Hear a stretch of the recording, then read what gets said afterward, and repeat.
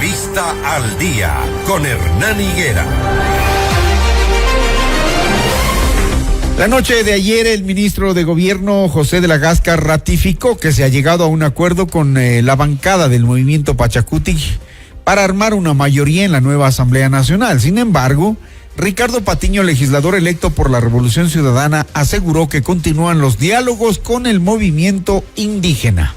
Estamos con Gisela Garzón, asambleísta por la Revolución Ciudadana, quien ha madrugado. Gisela, ¿cómo está? Buenos días.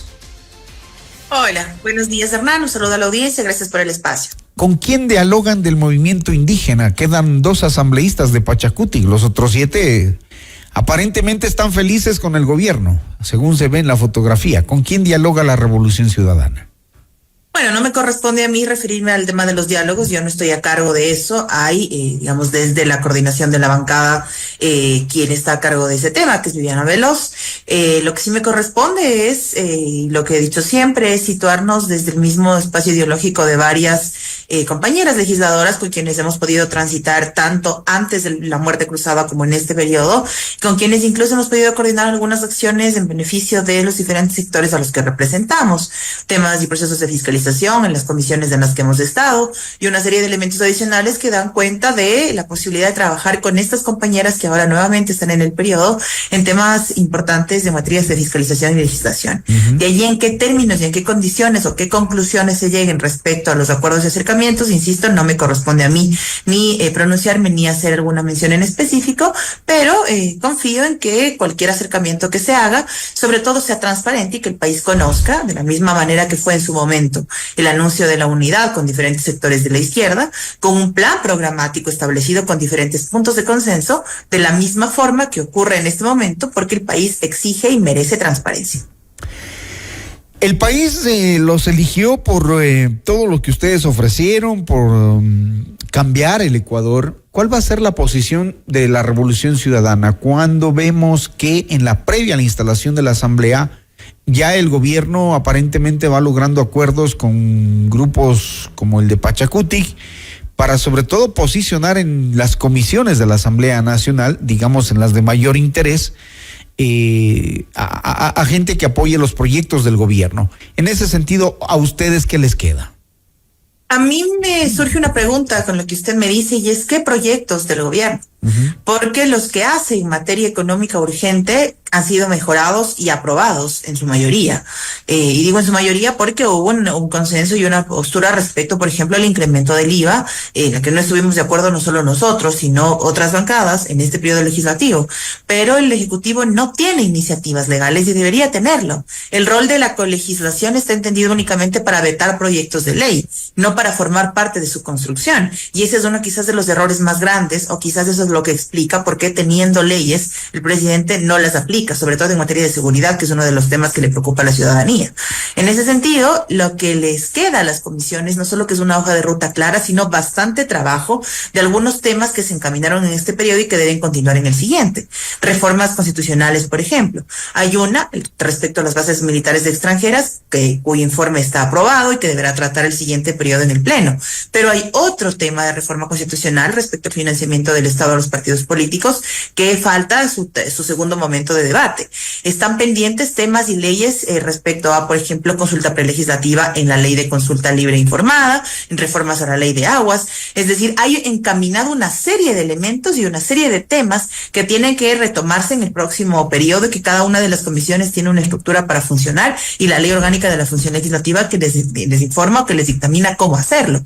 Entonces, en ese sentido, lo que el gobierno, con la experiencia anterior, no digo que este es el momento, pero con la experiencia anterior, el único interés que mostraba en ese momento, recuerdo, eran las comisiones económicas, y tiene cierto sentido, es decir, las comisiones por donde pasa el presupuesto, las comisiones por donde habitualmente se tratan las leyes económicas urgentes. De allí, en las demás comisiones hay temas tan específicos como claros y procesos que están enmarcados en la norma.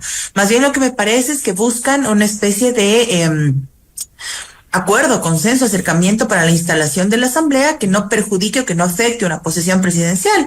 Y eso, digamos, tampoco ocurre cuando el proceso, el protocolo para la posesión presidencial está establecido. Entonces hay una serie de elementos allí que deberían salir, a mi criterio en particular, de esta coyuntura que únicamente responde al día a día y que más bien se entienda en función de institución. Y la institución, como la Asamblea Nacional, tiene claros procedimientos que avanzar, y en ese sentido no debería caber ningún tipo de suspicacia o alguna cuestión por el estilo, porque el procedimiento tanto para el funcionamiento de la Asamblea como para el cambio de mando, que en este caso es que asume el mismo Daniel Noboa, pues están claros y están normados. En estos días, después de conocer los resultados electorales que todavía no son declarados los definitivos, mientras se tramitan los alegatos de la Revolución Ciudadana en el Tribunal Contencioso Electoral, digo, en estos días ustedes como bloque, que tienen un gran número de asambleístas también, ¿han pensado cuál es la posición que van a adoptar, digamos, oposición pura y dura? A ver, me permito hacer una respuesta de dos frentes, digamos. La primera, cuestionando, por supuesto, la inequidad de la campaña anterior y la vulneración y el incumplimiento de la ley desde el principio ante el silencio de las autoridades de control. Eso no debe pasar en una democracia que se precie de serlo y en un país, además, que intente o haga un consenso en función de sostener lo poco que queda de institucionalidad. Gisela, sí, ahí le corto. Ahí yo le hago un corte. Tiene que cumplirse. Y en ese sentido... Ahí yo le hago un pequeño corte. Hay cosas que la gente no se ha olvidado. Esto que usted está señalando ahora ya pasó también antes. Acuérdese que al señor Juan Pablo Pozo hasta lo condecoró Rafael Correa después de una elección. Entonces, ahora les tocó a ustedes. El país solo ha mirado, pero ha recordado todo este tipo de cosas. Y lo que nosotros no queremos, digo, nosotros los ciudadanos, es que nuevamente volvamos a esa polarización y que se sigan poniendo las camisetas de los partidos. Le hago este recordé solamente para, digamos, un poco refutar lo que usted acaba de decir. Vamos a suponer que lo que ocurrió en ese momento estuvo mal. Significa que si es que lo hace Rafael Correa está mal, pero si es que lo hace Daniel Noboa, por reñido que esté en la ley, está bien. O que lo que hace Rafael Correa está bien. Efectivamente, el tema de la licencia, por ejemplo. Es obligatorio pedir licencia para hacer campaña. Que tenga problemas el señor Noboa con su vicepresidenta no es una cuestión que tenga que acomodarse a la ley que está vigente. La ley vigente desde el 2020 exige obligatoriedad de licencia para hacer campaña. Se viene una próxima campaña electoral en 2 años, que es las elecciones seccionales. Significa que a cualquier alcalde o prefecto que le parezca bien no pedir licencia, lo puede hacer, porque a interpretación de la conveniencia coyuntural del momento, el presidente de la República tampoco lo hizo. Esas son las cosas a las que me refiero con diálogos o consensos que prácticamente deberían estar en función de defender la institucionalidad. No puede ser que el TSE y el CNE para unos sí, para otros no. No puede ser que para unos sí sanciones y para otros no sanciones. Que para unos sanciones por entregar unas macetas y unas plantas, como ocurre con un legislador electo de la bancada, y para otros, como el tema de reparto de cocinas de inducción, no haya ninguna sanción. Este tema en particular, esa discrecionalidad, le afecta a las instituciones, le afecta a la democracia. Y en ese sentido, yo sí me permito plantear, digamos, es un planteamiento propio, que lo he dicho en diferentes momentos, que se debe pensar realmente en una reestructuración tanto del sistema de partidos como de qué manera se van controlando los incumplimientos de la ley. En eso caso creo que el contrario, país está estamos de en acuerdo. cualquier momento, cualquier persona incumple la ley y nadie dice nada. Eso no debería pasar, particularmente en temas donde la elección define no solo el rumbo del país en los próximos 4 años, sino cómo se gobierna en los próximos 4 años. Curiosamente, ¿qué decisiones se toman para la gente? Eso me parece que podría venir de la mano de un debate mucho más amplio, tanto de el tema de partidos respecto a que no aparezcan partidos que solo están en las elecciones, que solo son un membrete momentáneo, que no tienen una estructura o una sede, que no dan cuenta de cómo están funcionando como partido realmente, y que eso, por supuesto, pueda venir de la mano con exigencia para mejores perfiles políticos, para mejores condiciones, más capacidad de preparación, en fin. Eso me permito, digamos, hacerlo como un planteamiento y que un debate que puede ser mucho más amplio, incluso tomar tiempo, pero que sí se vuelve necesario mucho más después de cómo pasaron las últimas elecciones. 2 tendencias muy marcadas, una serie de candidatos que no lograron ni siquiera el 1%, y entonces una serie de requerimientos y nuevas necesidades que se plantean en un momento como este.